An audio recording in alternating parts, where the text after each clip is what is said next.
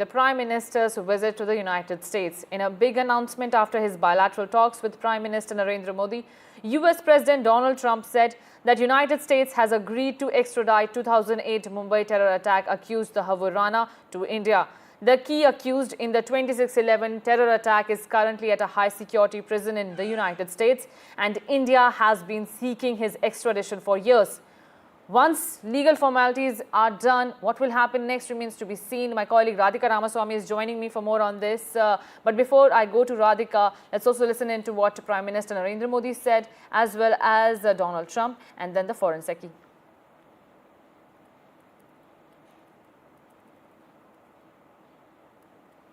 The United States and India will be working together like never before to confront the threat of radical Islamic terrorism, a threat all over the world, actually.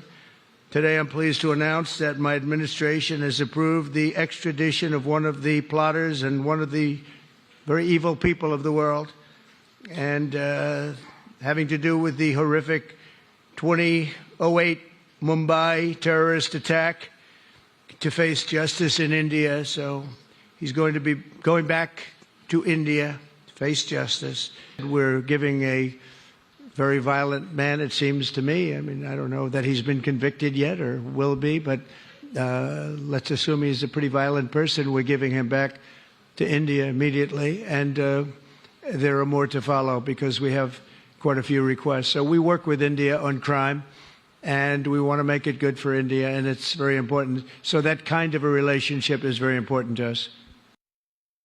आतंकवाद के खिलाफ लड़ाई में भारत और America दृढ़ता से साथ खड़े रहे हैं। हम सहमत हैं कि सीमा पार आतंकवाद के उन्मूलन के लिए ठोस कार्रवाई आवश्यक है, और मैं राष्ट्रपति जी का आभारी हूं। उन्होंने 2008 के जिसने भारत में नरसंहार किया था, उस मुजरिम को अब भारत के हवाले करने का निर्णय किया है। भारत की अदालतें उचित कार्यवाही करेंगी।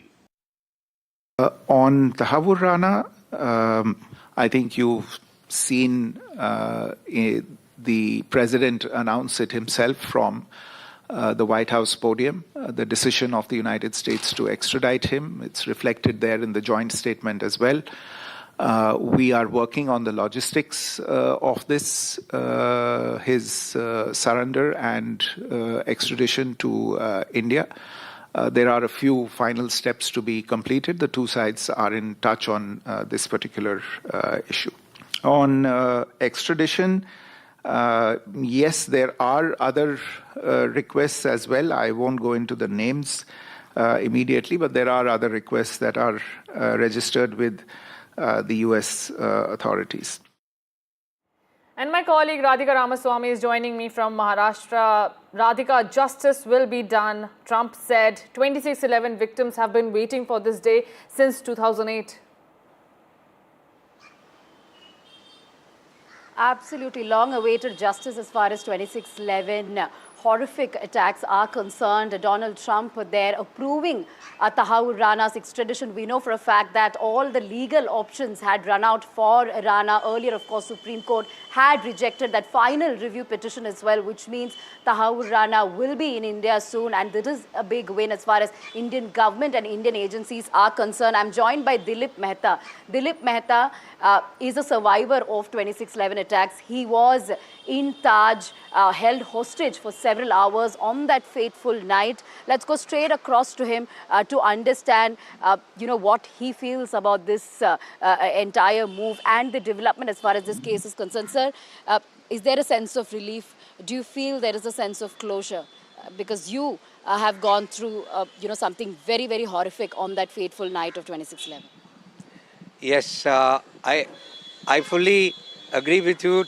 Justice delayed but not denied. This is my perception in life.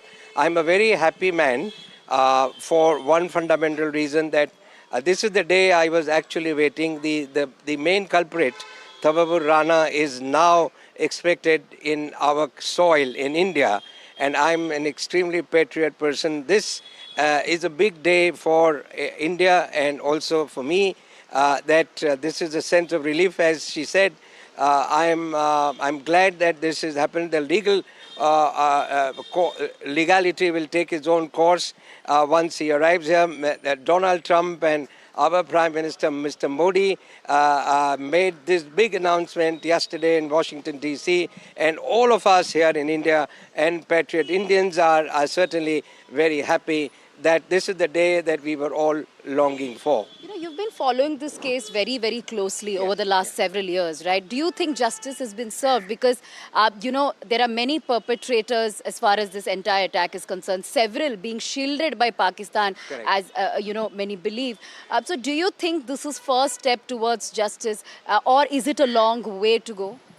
Yes, I think once he is back in India, a lot of things will come out, and we are all waiting for the real names as to who are the other culprits in the other parts of Pakistan, who will also be, you know, taken into consideration as far as their extradition is concerned to India. This is my personal perception. But talking about Tahawwur Rana, I very distinctly remember, and I've been, as you rightly said, I've been following up this very closely over the years as one of the very fortunate survivor and a hostage of 26/11, 16 years ago.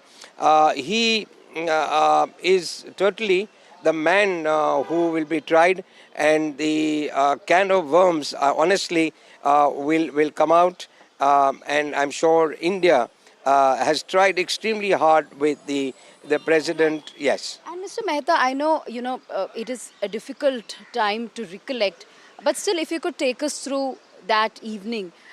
You were in Taj for several hours. You came face to face with a terrorist as well. So take us through what exactly transpired that evening. I was invited by the ambassador of South Korea event at the 19th floor of Taj, Bombay. And the elevator which took me up at about 7, I never realized in my life that the same elevator is not going to be available after 9 or 10 hours. So I was hostage for 9 hours, and we were the first one to be evacuated, 32 of us from the rendezvous banquet on of the Taj on the 19th floor. So today, if I go back to those years, honestly, I do get very emotional to talk about this, but at the same time, I'm glad that I'm alive here and in my second life, where my objective is now to give back to life. So the event was there from 7:30 onwards. I distinctly remember a time of 9:42 where we were told that there is some gang war on the ground floor and we can't go down. And eventually within 10 minutes the cat was out of the bag, and we all knew that there is a terror attack, which is unheard of. And people were shivering, they were you know, having a great agony. Right. So absolutely tragic and horrific what transpired on 26/11/2008. But the good news, a sense of relief as far as survivors and victims of 26/11 are concerned. Tahawwur Rana will finally be back in India. Indian agencies will be able to get hold of him. Right. And, you know, several important details as far as the conspiracy is concerned will be unfolded, will be revealed as he's questioned by the Indian agencies. Of course, some logistical work needs to be worked out at this point, post which, of course, he will be in India you know, soon enough. Right. Radhika, stay with us. We are also being joined by retired Lieutenant General Gautam Murthy, who is the founder of Current and Strategic Affairs Forum. Thank you so much for speaking to us and waiting patiently, sir. Is it a big strategic win for India? You're welcome, and it is a huge strategic win for India. If you recollect, there are 3 days that will go down in the history of terrorism: 9/11 in the United States, 26/11 in India, and 7/10 in Israel. Now, these are the worst terrorist attacks perpetrated by the same mindset There may be different groups, but the mindset is the same, that destruction, it's a very virulent form of radical Islam. This is a huge strategic victory for India. If you'd seen President Trump's body language and the way he spoke, and he called him an evil man, India and US stand together in our fight against terrorism, and this is a fight that all countries have to win for the safety and security of mankind. So you spoke about how radical Islam is a threat. Pakistan has been called out time and again by India against the terror activities that go unabated on its soil. And now in this key bilateral, both of them spoke about how Pakistan need to control these habits and these activities of breeding terror, sponsoring it, and then that terror is harming other countries, including India.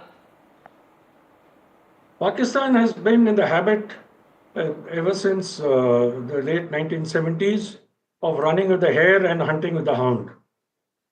They call out terrorism when it affects them, but when it's directed against India, against anybody else, they support these groups.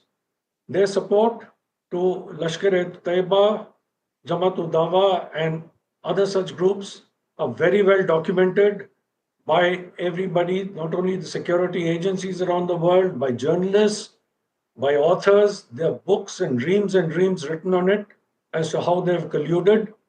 So Pakistan is playing a double game, and obviously everybody knows we've given them a number of dossiers repeatedly to take action against the perpetrators of 26/11. Till now, Pakistan has not hanged a single one. Tahawwur Rana will get a fair trial in India, like Ajmal Kasab got, and the Indian justice system shall prevail. But Pakistan must understand that its game is over, and there will be pressure on it to crack down more on terrorism, though they say that it is not our fault, it's coming from across. But now you can see Pakistan is hoisted on its own petard and is facing the consequences of encouraging such groups. Right, Mr. Murthy, stay with me. Let's also tell our viewers about the dreaded role that Tahawwur Rana played during this attack on 26/11 in 2008 in Mumbai. My colleague Radhika joins me for more on this. Radhika, take us through the key role that was played by Tahawwur Rana. That's right. Tahawwur Rana is touted as the co-conspirator as far as this case is concerned. He had, in fact, facilitated David Headley's travel to India. He had provided logistical support to David Headley as well as several other terrorists in the 26/11 case. Also, there had been a lot of email communication that the Mumbai police also got hold of, that Indian agencies got hold of between David Headley and Tahawwur Rana, which confirms the role of Tahawwur Rana as a conspirator as well as facilitator in this entire case. In fact, he had also helped David Headley set up an immigration center. Remember, he's a businessman. He was a businessman who held a tour and immigration center in different parts of the US as well as Canada. He helped David Headley set up that particular center, and that was the cover as far as David Headley is concerned in order for him to conduct those recce's.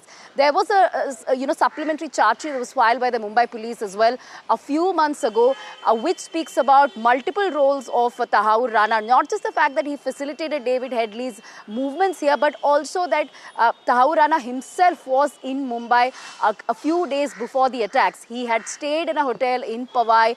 He had had multiple conversations with hotel staff there. He had also conducted recce of some important landmark areas in the city of Mumbai. All of these are part of charge sheet. So yes, he had facilitated David Headley's movement. He was a friend of David Headley's. He had provided logistical support, and he himself had conducted recce in Mumbai ahead of the attack. So this is all part of the charge sheet. So therefore, how he conspired, what kind of conspiracy was hatched ahead of the attacks, who were the other, people involved, as far as these attacks are concerned. We know that Abu Jindal's trial in India is pending at this point. So that trial is pending. That's an important trial. However, that is pending, and there are several other wanted accused, wanted conspirators in this case, who are currently either in prisons in US or many in Pakistan. So therefore, as far as this entire case is concerned, the larger scheme of things, Tahawwur Rana happens to be one of the key conspirators who India is going to get a hold of, because David Headley, although he was part of the trial, India couldn't really get hold of him as he is, stuck in a prison in the US. Right, Radhika, stay with me. Mr. Murthy, let me come back to you. Before we went to Radhika, you were saying how Pakistan and the other countries should be aware of what Pakistan is doing. It is not just one country that will also only pay the price, but the terror, if you're breeding terror, it will come and bite you. Should other countries now follow the suit, as the United States has put forward, that this evil man should be brought back to India for justice? Yes, there is no doubt in my mind that all countries must cooperate very strongly on the anti-terrorism front. We cannot allow this monster of terrorism to rear its ugly head, destroy our lives. These groups invariably give some excuse or the other, some political cause, and you realize that they are not trying to achieve any ends, but they are an end to themselves. What could Lashkar-e-Taiba and their handlers in Pakistan hope to have achieved with the attacks on innocent people on 26/11? Nothing. They have in fact set the cause back, or whatever cause they thought they were fighting for. There is no such cause. They are an end to themselves.